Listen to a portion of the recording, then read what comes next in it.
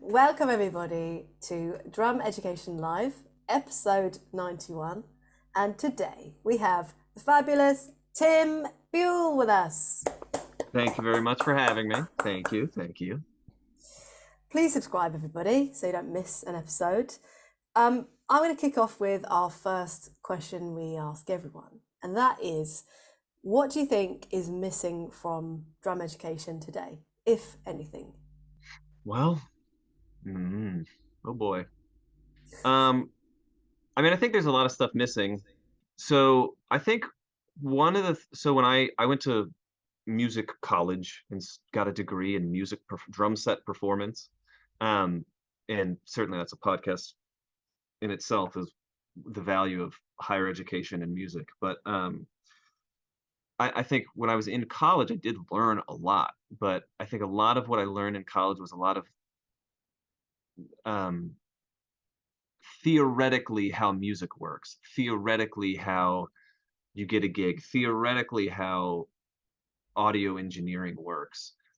But the theory that you learn, it's kind of like driver's ed. You can be walked through a lot of scenarios when, this kind of stop sign and this person's pulling up on this street and what do you do? And all of that is important and can help you learn more about whatever you're pursuing, getting better at. But at the end of the day, it's not the same as the real world. So I feel like there were a lot of things that the way it was taught in college and the way I experienced it in my professional life were two entirely different things. And, I've always wanted to um, kind of try to think back and go like, what was the bridge that was missing right after I graduated college and started to become a professional full time?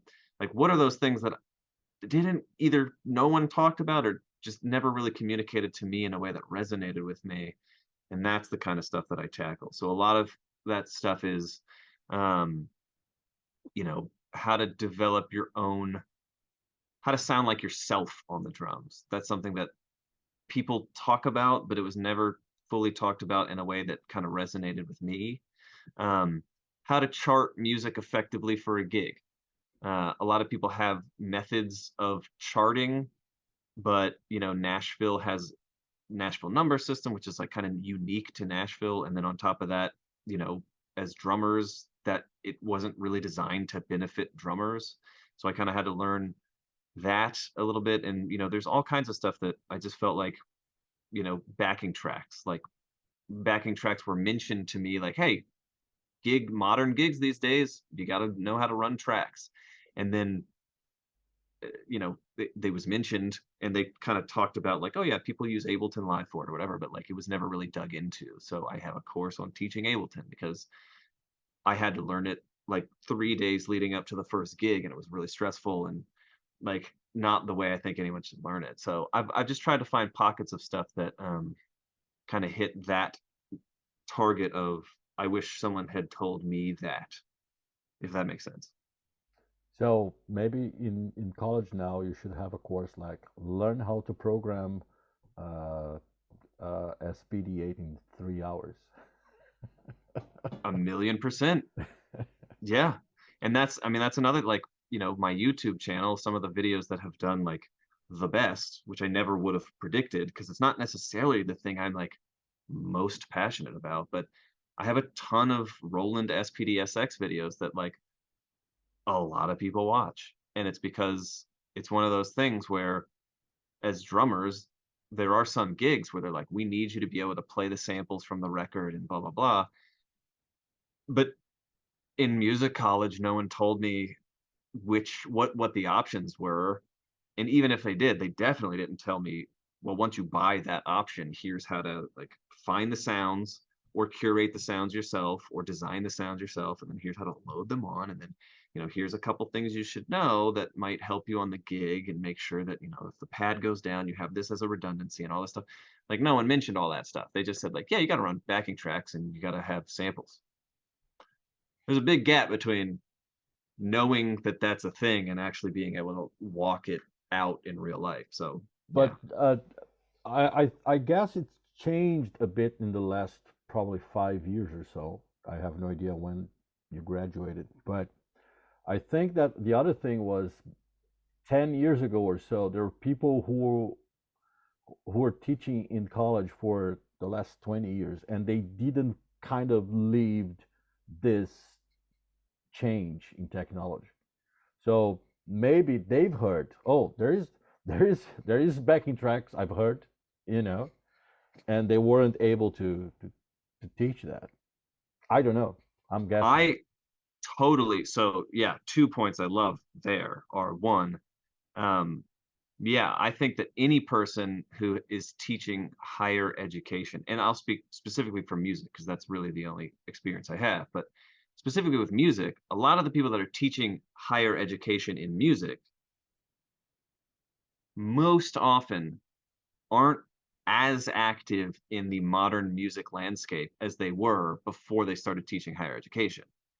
Most people, especially if they're full time or they're like, adjunct and they teach 50% of the classes or whatever, that means that that professor likely for the last 5, 10, or like you said, 20 years hasn't been an active participating musician, which means it doesn't mean that their information is bad. It just might not apply exactly like they think it does. And that's when I think that, like, if you go to YouTube and type in any topic you want to know about, there are people that have established themselves as, some of them I think are making it up, but there are other people that have established themselves as like an authority on something that as a college professor, I can go to YouTube and go like, backing tracks are important. I don't know anything about them. I've been off the road for 20 years. Who's out there talking about this stuff? Do we have alumni that knows about it and is an expert in it? Can I find someone on YouTube or in my network of musicians? Is there someone I know that they can point out that knows more than me? Bring that person in. Colleges have money. At least they should. I paid mine a lot of money. So I think that, you're totally right. I think professors are absolutely sometimes out behind the times, which is just a natural byproduct of the way higher education and teaching schedules are structured. But what I think that means is more professors should, and I was really lucky. I had a college professor, Todd London, who is like amazing at one, keeping it real. There was a day in college where he said it was drum set seminar. So it's like 60 of all the drummers that are there. We're all there to like nerd out about drums. And he said, everybody just take a look around the room. Like, look at the people on your left, right, like just kind of observe the people in the room. And after we did that for a second, he was like, of all the people you just looked at, there's probably 15% of you that are going to be doing this full time like you think you are. And this is a room full of people that are paying like, $70,000 to get a degree for music. But he was always willing to keep it real and keep it 100 because I think that like not every professor was, because the school is, making money by more people signing up for the college, not necessarily more people being employed in the field they have a degree for. And he was also really good at just making sure if he wasn't an expert in it, but he knew it was important, he would find an expert and have them come in and talk at length and say like, hey, moving forward, if you guys heard something you like and you really want to know about it, that's why I brought so and so in. They're an expert. Like, here's their contact information. Get in touch with them. Like, you know, and I think that more professors should do that. Agree. Sure. Definitely. Who was your first drum teacher and what was your biggest takeaway from that person? My first drum teacher was, well, I had one. So I taught myself for the first like 3 or 4 years, and then I reached a point where I was just like, yeah, I can't, I don't know how to get better. So my parents found some random guy that he was terrible. Like, he was terrible. So after that, that was technically my first drum teacher, but we won't mention him. My first real drum teacher was Travis Thompson in Portsmouth, Virginia. Um, and Travis was incredible. He, at this point, I was 4 years into playing, so I was playing well, but I didn't know how to read music. I didn't know rudiments. I didn't know any of that stuff. And he was just perfect for being able to apply, you know, still have me engaged in learning music and stuff like that, but also like, let's sneak some rudiments in here. Let's sneak just a little bit of reading music in here, just so you like have your little baby footsteps moving forward on that stuff. And he was also always like giving me, he was a gigging musician. So he was always like, I'd go to some of his gigs and watch him play. And he, you know, he would tell me stuff like, always bring like breath mints to a gig. Like you don't want to be the person that has like coffee breath at the gig. Like just have breath mints with you and then it's not a problem, you know? But the best advice he ever gave me is that when you're playing, you should smile. And he's like, whether you actually are feeling happy or not, you should smile, because what it's going to do for the audience is great, but what it also does for the people around you, like, you know, I go to so many shows in Nashville where like the players are amazing. And I'm guilty of this. I'm not saying I'm not, but they're amazing players. And then you look around and everybody's just kind of like head in the chart, like reading the music, like crushing it. But as an audience member, you're just a little like, is anyone having fun? I think I am, you know. So, you know, smiling really helps the audience engage with what you're doing, like being able to look up, look around, smile at people. But also, like, I've been on so many gigs where I'm smiling because it, you know, usually in a live situation, it's just kind of like my default. Um, and, you know, no matter what happened the rest of that day, like maybe bass player had a bad day, got some bad news from home, and now we're gonna play the show, and you know, it's the like 20th time we've played this set, and like whatever. That person looks back and they see me smiling. That's going to be a totally different thing than someone else who also looks miserable. Because like that is a, you know, if you've ever worked in any place of business or been on the road, like the negative mindset can take hold so quickly. And once it does, it just is a death spiral down to, you know, all it takes is for one person to mention like, isn't it kind of weird this artist we're on the road with did blah blah blah? And then the next person's like, I think it's so weird that blah blah blah, blah. And then 30 minutes later, it's this whole thing that, you know, isn't really benefiting anyone. It's just people complaining because they want to complain. And it kind of has the same energy on stage. Like you look around, if everybody else looks miserable and like they're just powering through it, then you're probably going to feel that way too. But if you look around, someone else is smiling, you go, oh yeah, I guess we are playing music. That's kind of cool. And then the guitar player looks over and she's like, oh yeah, they're smiling. I guess I could smile too. Oh yeah, like we're doing it. Like this is the thing. And then everyone feels better. So that was the best piece of advice he ever gave. Yeah, that's a great one. Yeah. I remember I read an article, you know, Craig Blundell. Name sounds familiar. He he was playing for Stephen Hackett? the yeah, and who's the Porcupine Tree dude? Gavin Harrison? No, the singer. Oh, I don't know. Anyway, he's a British drummer, and he always has or always used to suffer with stage fright, and I remember I do too sometimes. And I was reading an article, and it was saying, but you know, the best thing I do is I just look up and I smile, and you're connecting, and that's what it's Yeah. about. As you just said, it's music. And if you're not connecting to the audience or the music or the people you're playing with, then what's the point? Yeah. You know, and it Totally. can just shift everything. And it's so important. And I feel like actually it's not spoken about that much. I remember when I started having lessons with Don Familaro, he said, if you find any video of Papa Joe Jones not smiling, I'll give you $1,000. Well, and Dom also would be someone I would point to. You go, you find a video of Dom not smiling, and I'll give you $4,000.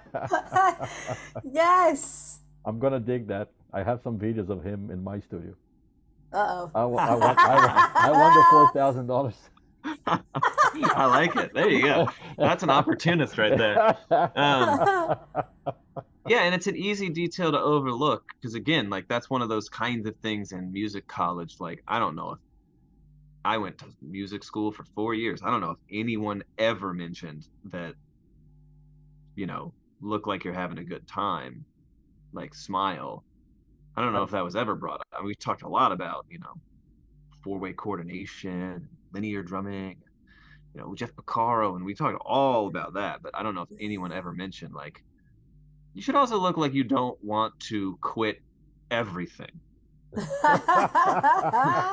That'll help. Just let's start there. Let's look like this isn't the worst thing we've ever done. Yeah, and Um, there is a thing which sometimes we forget. We are playing music mainly for an audience, not for ourselves. And so, note the audience out there looking at you. They're the important ones. They're the ones who need to enjoy it, not totally. you know. I think that's the other difficult thing about, higher education and music, but also I think just pursuing anything seriously. You get 5, 6, 7 years into studying drums, regardless of what level you're at. Like, you're in love with the drums now, and it's really easy to focus in more and more on drums and paradiddles and stickings and stick heights and all that stuff, and keep zooming in and keep zooming in and keep zooming in. And the irony is, like, the more you zoom in at a granular level on like drumming, the more you're losing sight that like the audience which you're talking about, none of them care if it was a paradiddle or singles. None of them care. Zero of them care. And the ones that might even know the difference in those two terms don't really care. They would just be interested to know, like, oh, by the way, what sticking is it? But none of them care.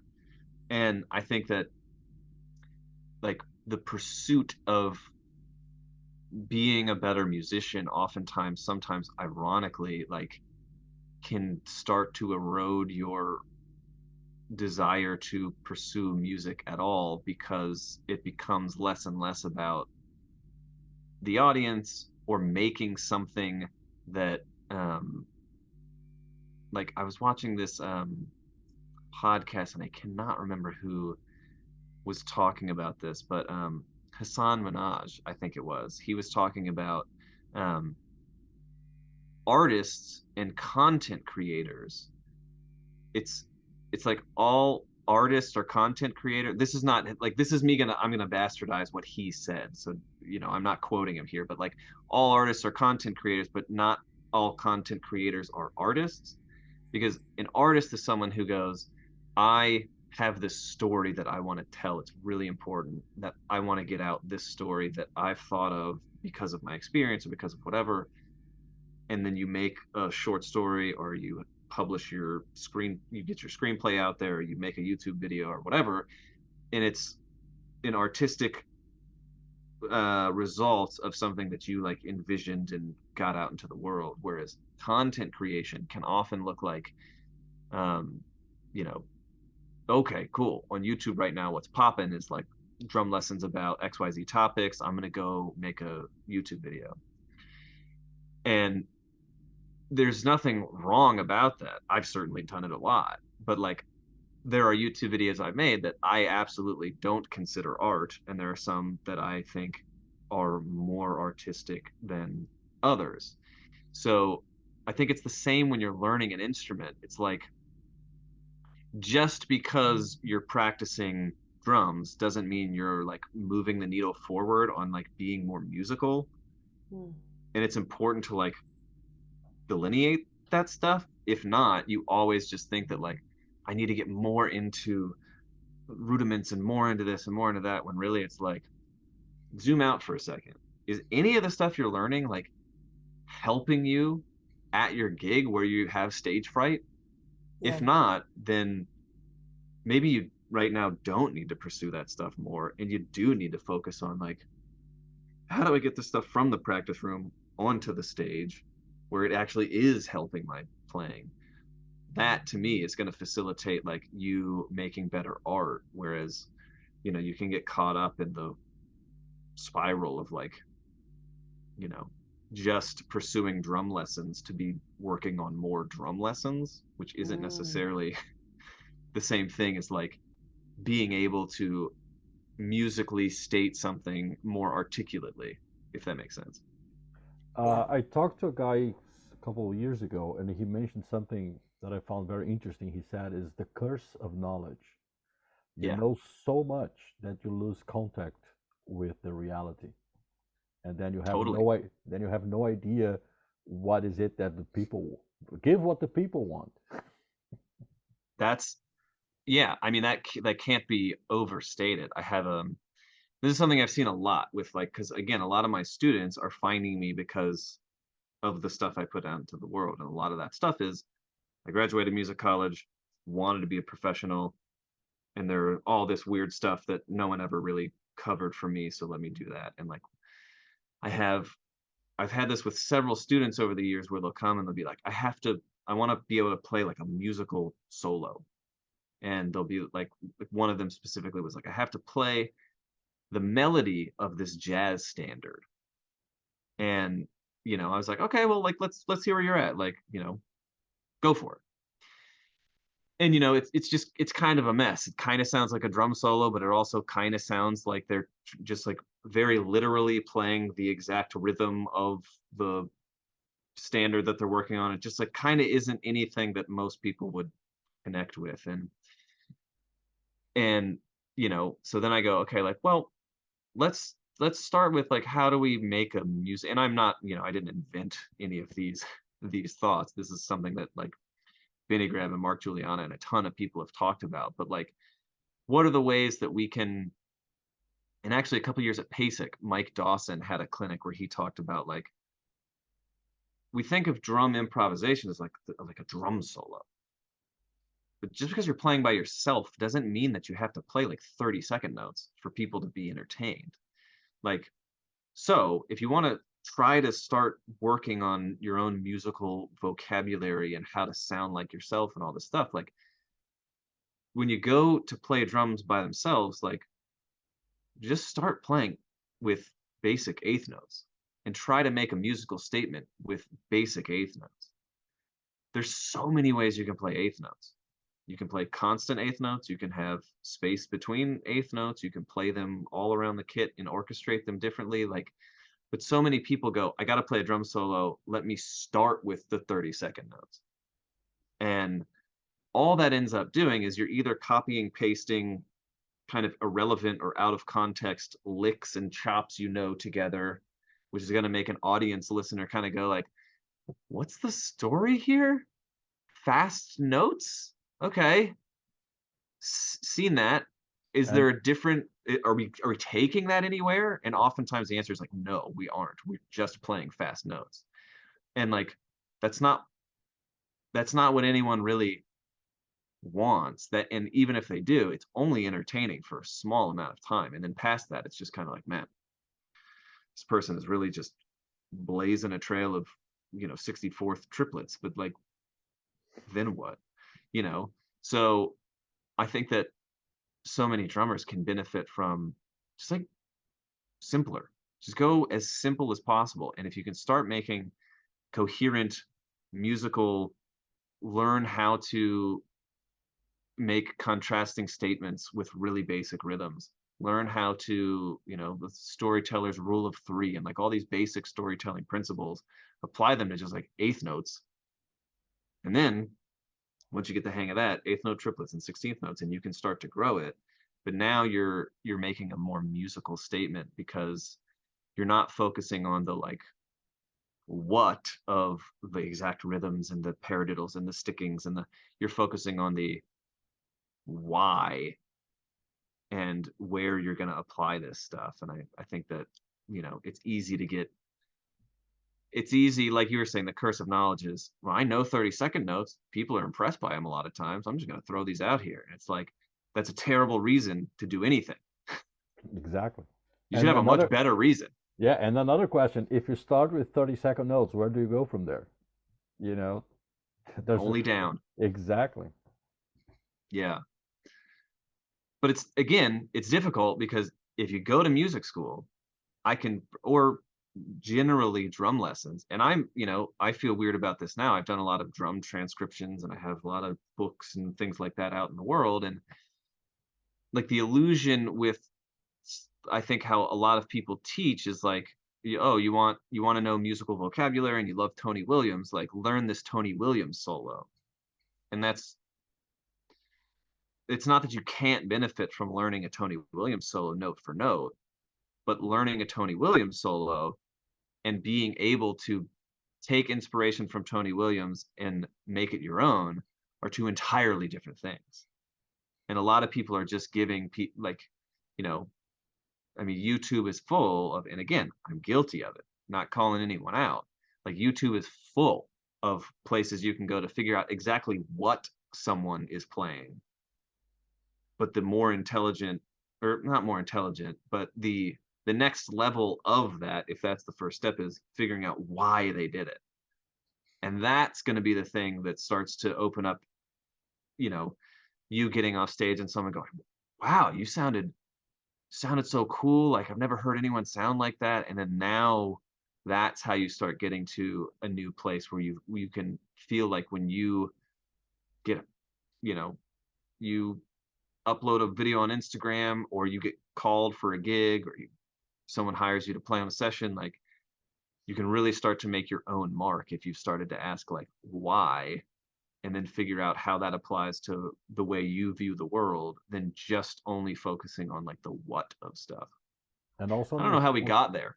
So yeah, well, there's there are some culprits along the way, and I think we are in the era of more and faster is better. There's a drummer I know here in London. He's in his 70s now, and sometimes he jokes. He says, "I'm not gonna see this, but probably in the future we're gonna have drumming as an Olympic sport." yeah, I mean, faster isn't worse. Faster is faster, Yeah, I know, you but know? it's taken out of context. But I'm always hesitant to say like I think, here's a hot take. Da I da don't da think da. stick control's that good of a book.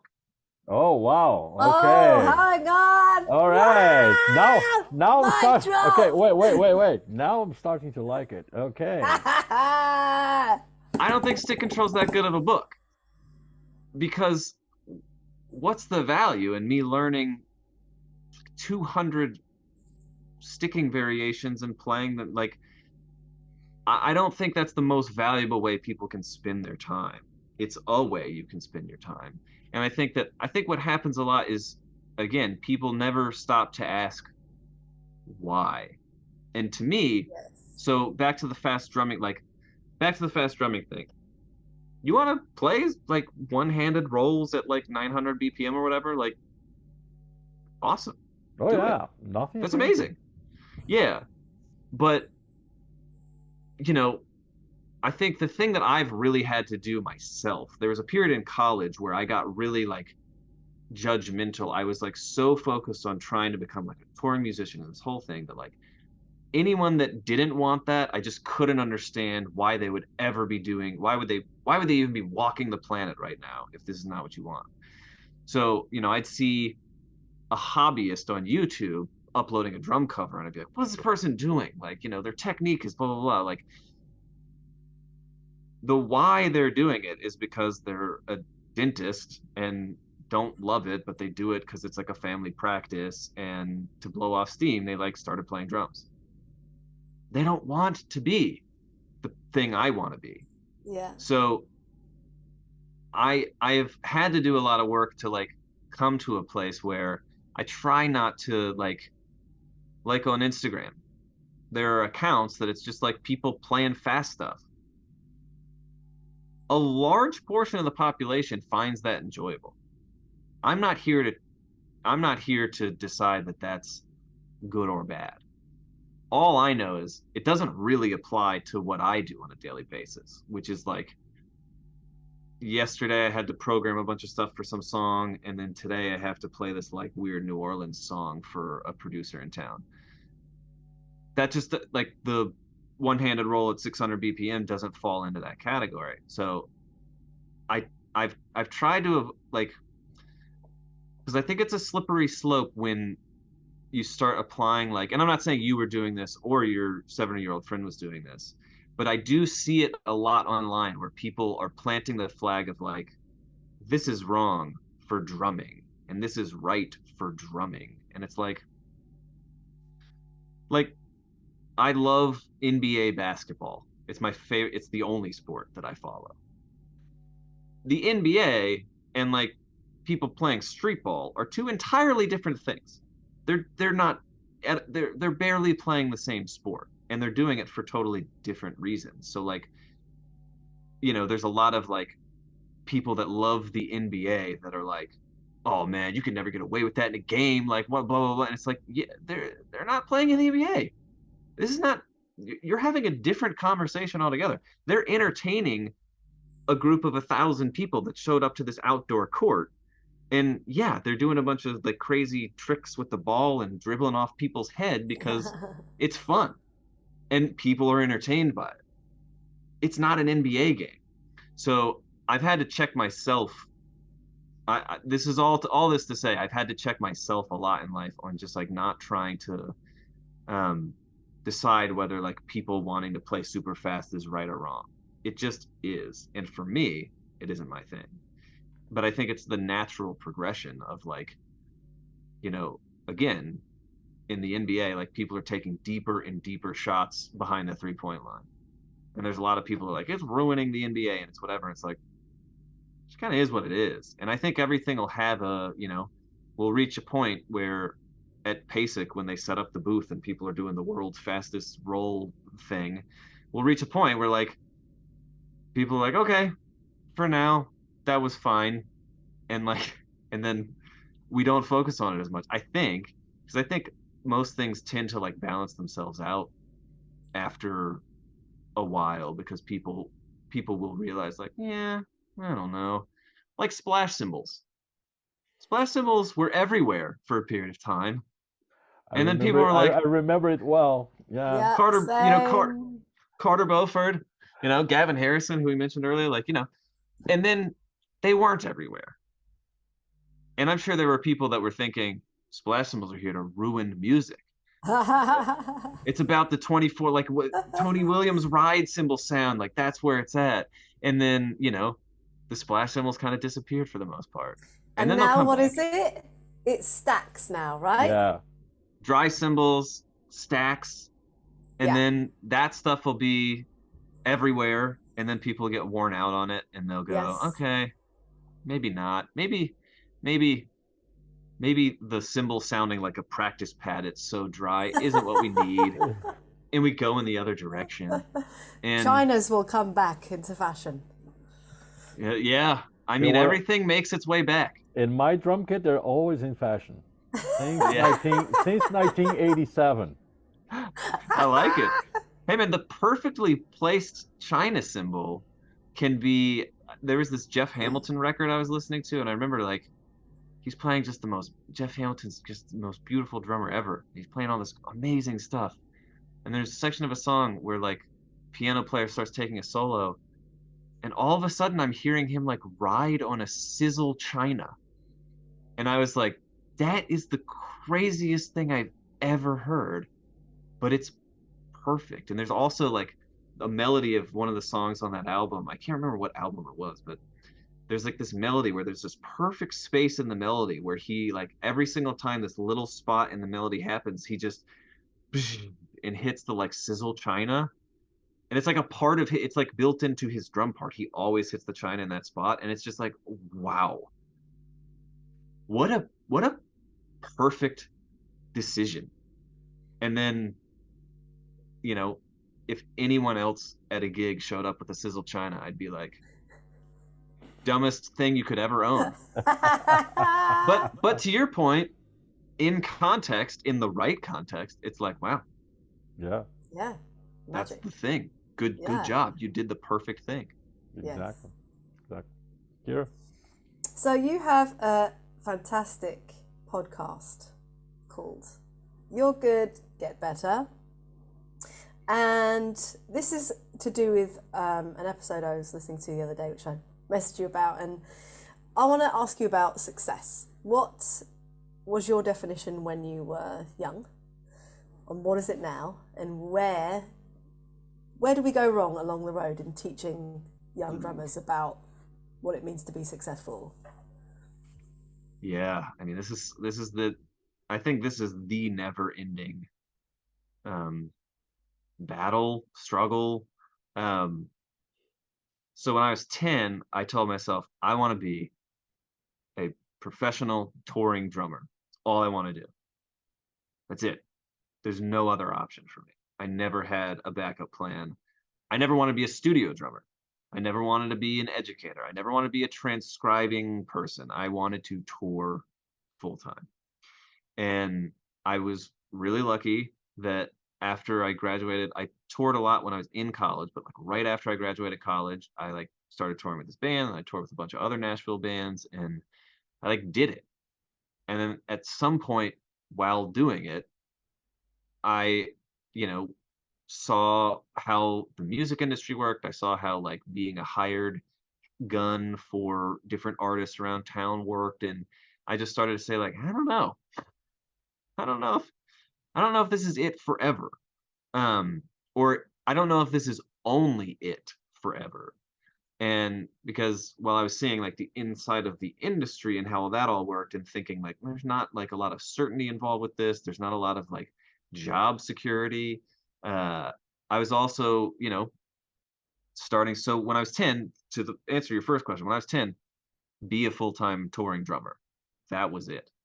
But then when I got there, it never felt like I was there because I was always going, well, I don't know, I'm not playing for Ariana Grande yet. So, I gotta like, I'm on this gig now, but I gotta get to this gig like that person has. And then once I get there, I gotta blah, blah, blah. Anytime you reach a marker, you're already looking toward the next marker. And it's hard to realize that like, if you're in like a, 5K race, like you just passed the first mile. It already had like, I know mile two is that way, but you literally just passed mile one. So you're not at the beginning now.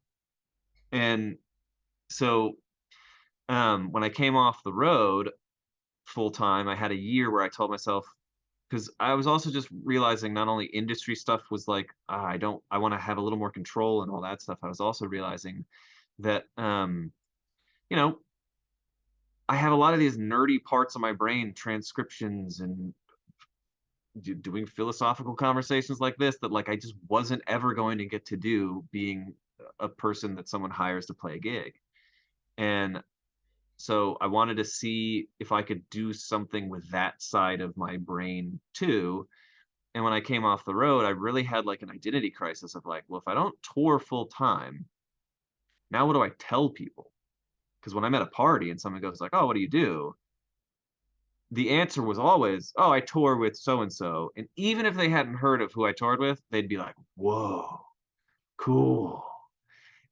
But once you don't tour full time, someone goes, what do you do? It's like, well, today I recorded a podcast and worked a little bit on this transcription book I'm doing, did a session for someone, and blah, blah, and they're just going, okay, cool. So you're a musician?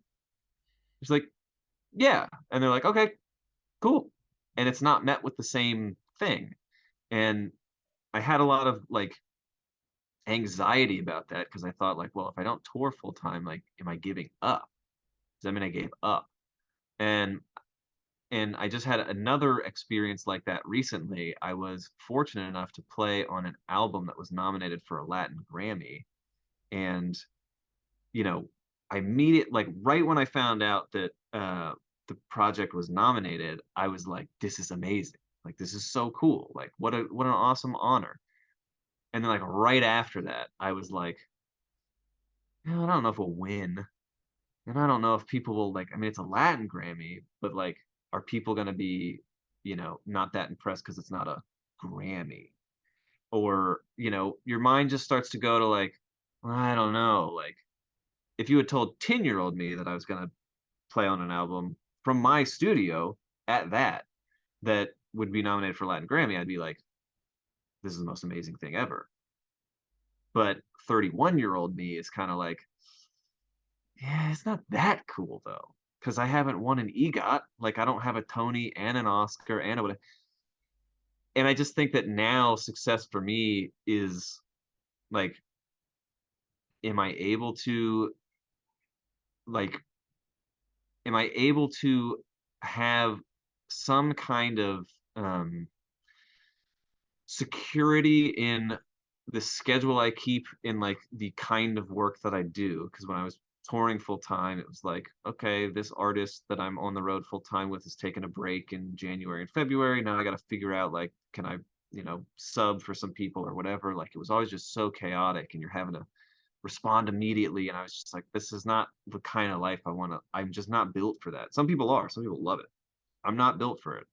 I want to be able to work every day and know that I'm working towards something every day and have it be my own thing.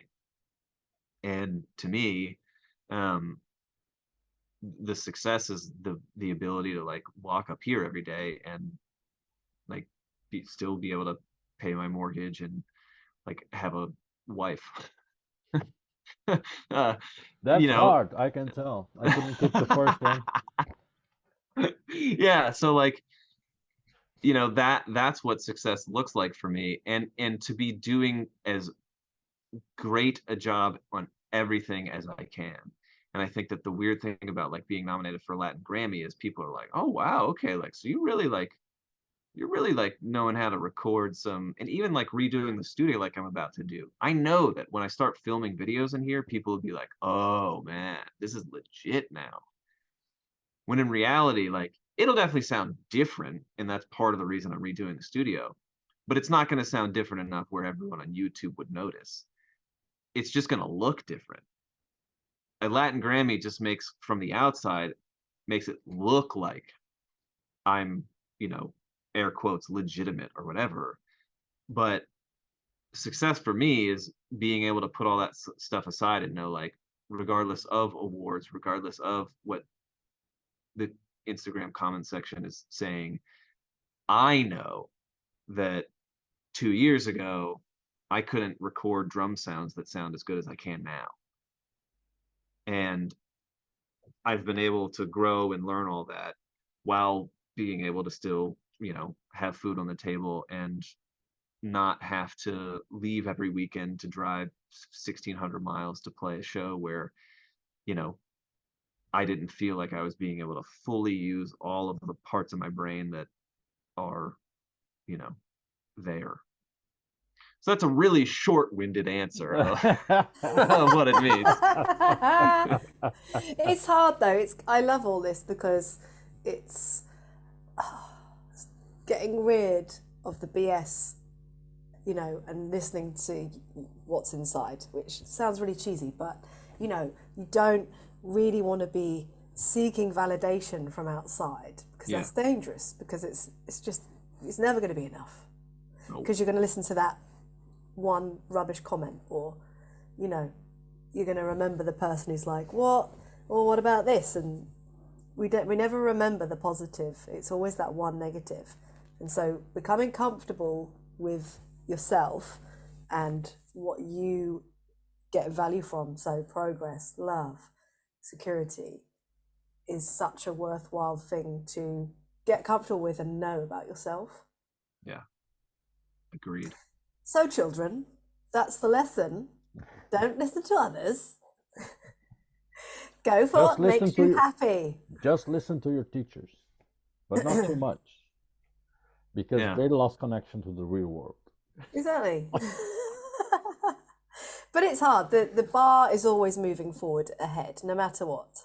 And so a friend reminded me of this the other day, and you mentioned it with your running analogy. It's like so often we get caught up by, oh, well, I'm going to do this next thing, and then I'd really like to do this, that you forget to just turn around and go, Yeah. oh my God, I've actually done really a lot. Well done. Pat on the back. That's what we need to bring back into society. It's a pat on the back. Maybe it's just a British thing. I don't know. I don't think so. And I think it's really hard because,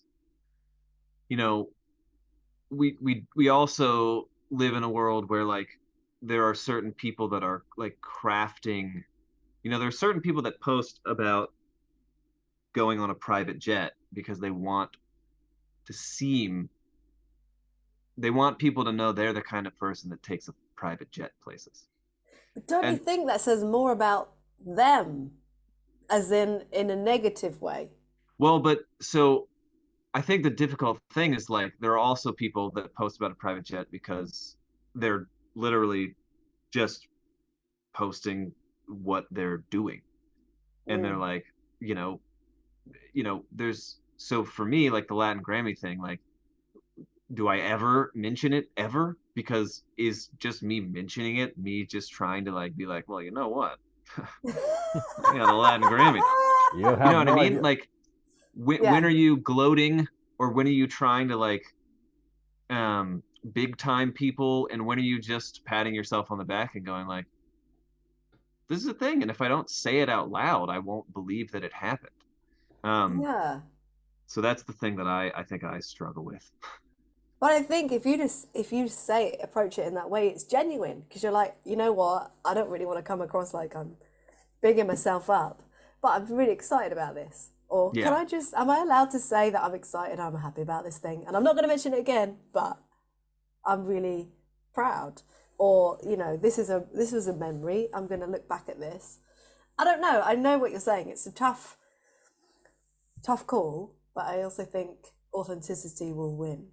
I think it Authenticity will. usually will win. Yeah. Yeah. Sure. Speed run. Okay. I've seen that you're a master transcriber. Did you? This is not very a quick fire round, is it? No, it's not. So you've worked with Failed. Sylvan Vic Firth. Failed. Whatever, okay? You've worked with Sylvan Vic Firth, many other people. Did you just put it upon yourself to transcribe like the V Jams thing? Or did you approach them to work together? Yeah, so I started transcribing in college and would always just do it myself because I was trying to learn stuff that I wasn't seeing other places. And I would just put those on my website for free. And people eventually started being like, hey, you transcribed this. Can you transcribe this? Whatever. And I realized, like, oh, wow, it's like a thing. And while doing that, I also just like accumulated a ton of transcriptions of people. And when I signed with Vic Firth, I would just every now and then mention like, hey, I did a transcription of blah blah blah. Like, if you guys want that, let me know. I'll send it to you, whatever. And they were always just kind of like, okay, cool. We'll let you know. Um, and then when the VF Jams project came up, they were like, hey, I know you transcribe. What do you think about like, what if we did like we transcribe like the drum solo from like the first performance that goes up and like see what people think, whatever. And then that just grew into like transcribing every second of every one of those performances, for better or for worse. So it was really a thing where like I think one of the things I've learned through that whole thing is like persistence. Not not it takes a lot of like social awareness because persistence can turn into badgering very quickly, but you know, like even getting signed with Vic Firth, I reached out to them when I got a certain gig and reached out to Joe and he was like, this is awesome. Thanks for reaching out, but like I don't think it's the right fit for us. And 6 months later I'd get some other gig and I'd be like, hey, this is what I'm doing, blah, blah. And then eventually I did the same thing, but the artist I was out with, he was like, this is cool. This makes sense. And it was the same with transcribing. They said no a lot, not in a disrespectful way. They said no in a like, yeah, I don't know. We don't have a vision for how this would work. And then eventually they did, and it worked. Great. What are you practicing right now? How to get better and better at recording drums. At this point, the thing that is most beneficial to me is getting quicker in the studio and getting better and better at going, I want things to sound like this in my brain and being able to replicate that in real life. Hmm, awesome. Describe a typical day. Wake up at 6:30, coffee, breakfast, work on, whatever emails and, you know, transcribing or whatever until like 10 or 11. Then it's usually go on a run or ride the Peloton bike, lunch, more work in the afternoon. That's usually like sessions and stuff like that. And then stop working by 5 and then do it all again the next day. And then no work on Saturday or Sunday, no email on Saturday or Sunday. Try not to check email after 5 p.m. because I'm out. Cool. Good. Good for you. That is a boundary I need to set Yeah. for myself. I won't even try. It's not going to work for me. Your dream guest on your podcast would be? Oh, I've actually been fortunate enough to have a lot of them. Like Benny Greb. I just had Mark Giuliano on. Chris Coleman is coming out, and Chris is like a huge. I started with Dennis Chambers, one of my favorite drummers, but I think at this point, two people come to mind. One is Vinny Colaiuta, obviously, and then another would be Chris Potter. He's a saxophone player, and he's probably my favorite musician on planet Earth. He's just perfect. He's just my favorite musician, so it would be Chris Potter. And if I was really swinging for the fences, like, oh gosh, Halsey or Ooh. like Lizzie McAlpine. I'm obsessed with her album. Aaron Sterling played drums on it. That helps. But yeah, that's that. Nice. I like that selection. Try to mix it up. Yeah. Excellent. Thank you so much for taking the time to chat. Yeah. with Thanks us for today. having me. Yeah, It's thank been you so great. much. Yeah. I had a lot of fun, especially at Kira's quick fire round. That was the Hey, but great. you have to admit, it was quicker than the first part of the Yeah, it podcast. was. Yeah. Yeah. I think we're gonna start having that on our podcast now. Kira's Oh, quick God. fire round. Where it's just Not so only quick. slightly. Listen, Yeah. I was the one really taking my time with my answers today, so I'll We take love it. full blame for that. No, but You the first take your time. but the You do first it. time, the first question, she was like, going all over the world to get to. Hey, it all Sorry, worked out. okay. It all worked out. Yeah, it did. No, I'm not complaining. Just describing. I'm going to use that with my husband. I'm not complaining. I'm just describing. Yeah, that's a certain kind of statement for sure. Yeah. Well, awesome. Thank you Excellent. all so much. Yeah. Thank you. Um, No worries.